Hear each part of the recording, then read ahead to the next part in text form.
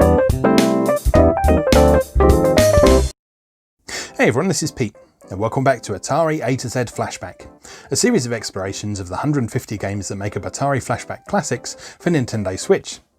Today's game is RealSports Basketball for the Atari 2600.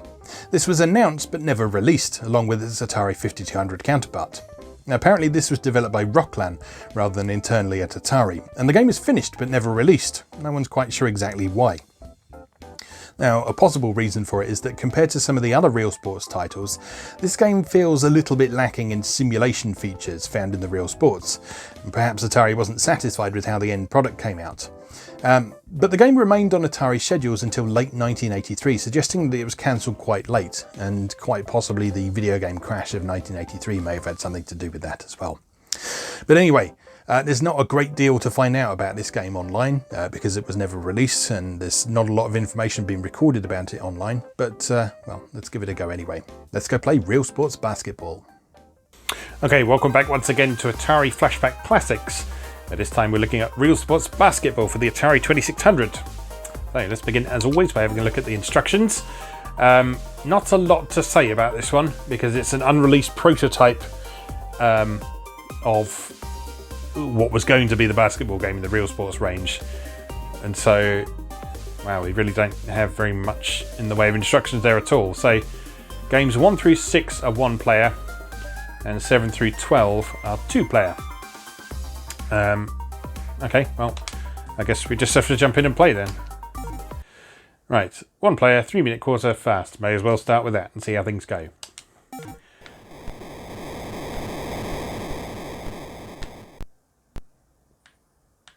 Okay, so I am the red player, I guess.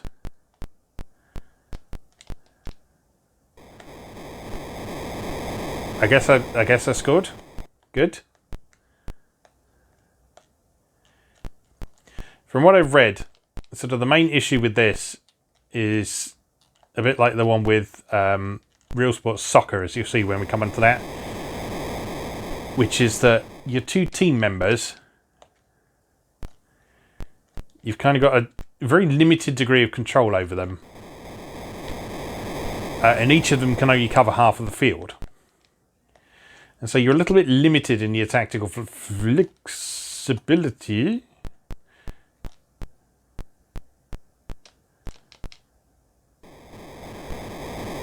Because your movement options are so limited.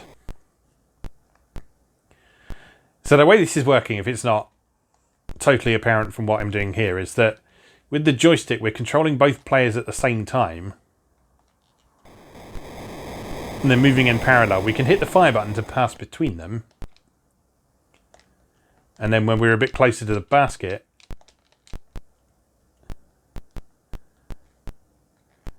we can hit the fire button to actually shoot. In order to steal the ball, all you need to do is actually touch the other player. So there's no sort of actual tackling or anything like that. There's no, unlike what we saw with the amount of depth that RealSports Baseball for Atari 5200 went into last time, this is the complete opposite. This is a very, very bare bones version of basketball. Like, there's very little implementation of a lot of the rules, very little implementation of a lot of the mechanics, and a weird sort of homing blast that the ball does when you shoot it from the look of things. If you look at the trajectory the ball takes when they were shooting it, it's just obviously sort of locking right onto the net, so that even if it's not obviously not going in, then it ends up going in anyway. It's ridiculous. Yeah, this is not amazing.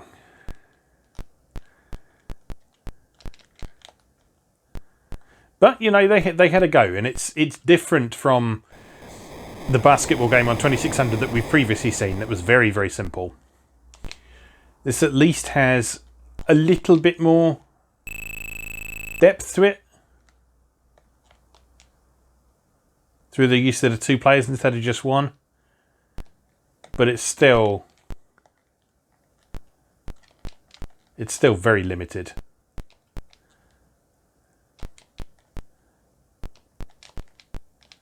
Oh. And the physics are really dodgy. Because like look at the way the ball moves.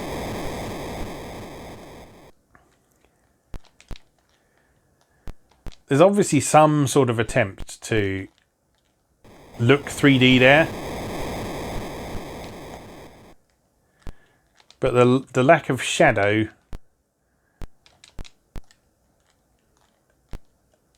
and the lack of any real sense that it's sort of calculating how high the ball is, yeah, it just doesn't really work. I'm getting absolutely creamed, I am aware, but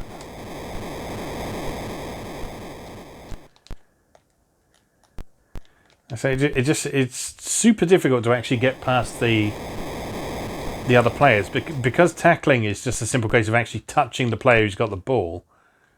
It's extremely difficult to get past them.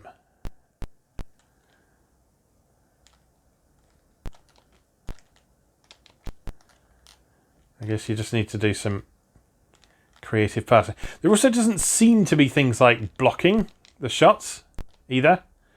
So like as soon as they shoot, you're fucked.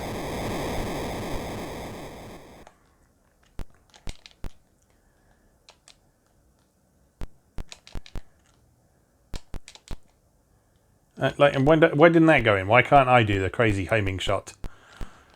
And why is the guy at the top constantly teleporting around? So many questions at this game, and I'm losing 4-30, which is how I normally expect these sports games to go. Oh, there we are. There's a homing shot. I don't really know what triggers that, and we're not going to find out because the manual doesn't exist.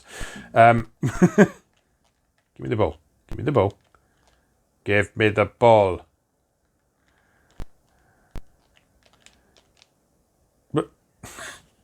What was that? Throw the ball. Right, I think you need to hold down the button to shoot rather than just tap it. Otherwise you just sort of toss it in that direction. Give me the ball. Give me the ball. Give it to me. No, stop taking the ball. No, look at that. That's ridiculous. That's ridiculous.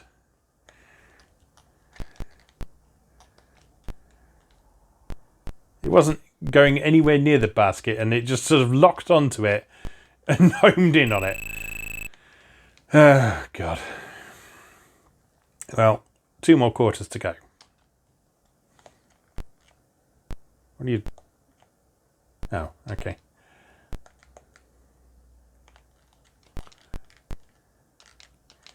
Give me the ball. Shoot. Lovely. I'm gaining very slowly. I'm in double digits.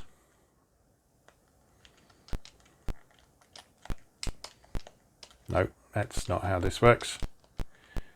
Give me the ball. Give me the ball.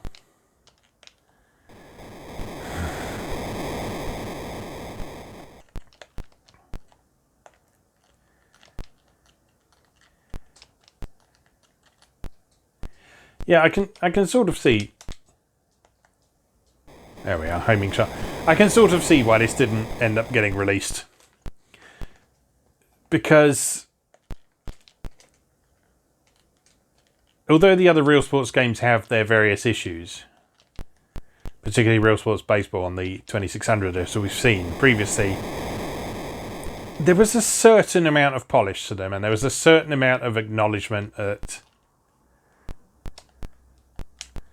fans of sports games wanted a vaguely realistic simulation of their favourite sports that incorporated some of the rules that didn't typically get included in video game adaptations of those games.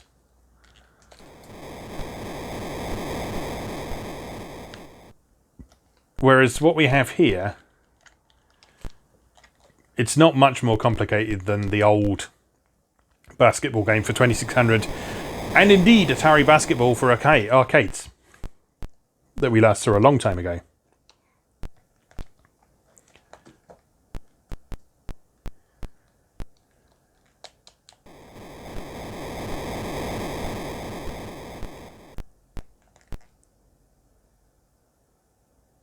However, saying all this, I also less than fondly remember my time playing Double Dunk on this channel, which is a basketball game that incorporates a lot more in the way of optional rules and stuff. And I just found that practically unplayable just because it moved too fast, it was trying to do too much.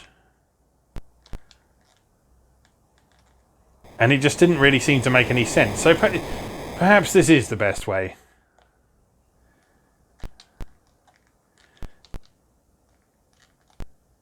Or at the very least, perhaps this is the way that the Atari 2600 should approach its sports games.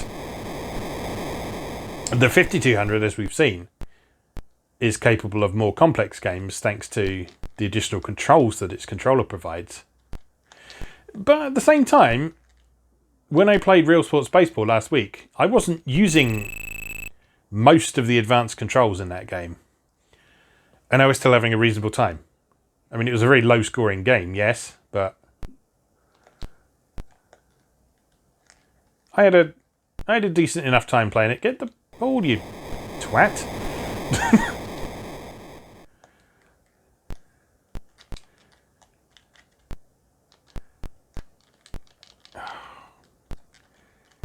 Yeah, this is not very good. And now neither of them can reach it. Oh my god. So this is it, is it? This is how it ends. This is how it ends.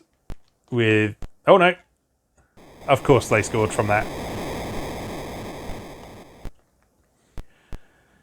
I thought we were going to be stuck there for the rest of the match at that point.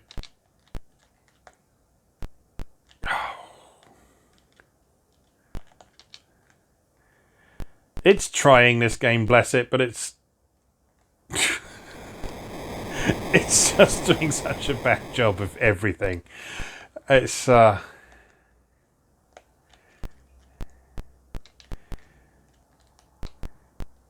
normally have a lot of patience for the Pro 2600 trying to do things that were a little bit beyond it, but in this case, it's just... It just can't deal with it. Well, no, that's not true. It's not the 2600's fault. It's the fault of how this game is put together.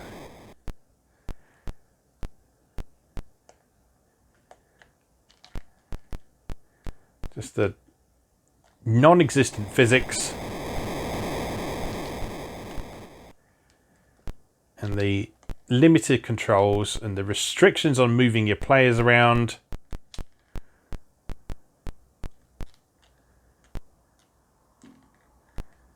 Yeah, I 100% understand why this remained a prototype.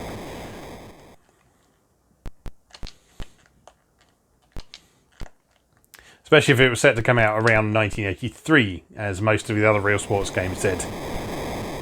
As those who know your gaming history will know that 1983 was the year of the great video game crash. Which was a result of so many absolute garbage Atari 2600 titles flooding the market that seriously put the future of the whole medium at risk for a while.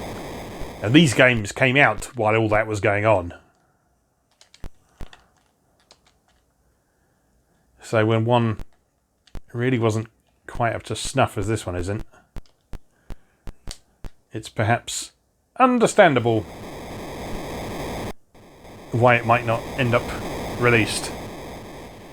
I don't think there's much more to say about that, really. I mean, if we scroll through the other types of games, all we've got is fast and slow, 5-minute quarters, 8-minute quarters, and then the same for 2-player. So I think we've seen everything this game has to offer, really. I know this has been quite a short episode, but, well, sometimes there's only so much to say about a game. That is RealSports Basketball for Atari 2600. As always, thank you very much for watching, and I'll see you again next time.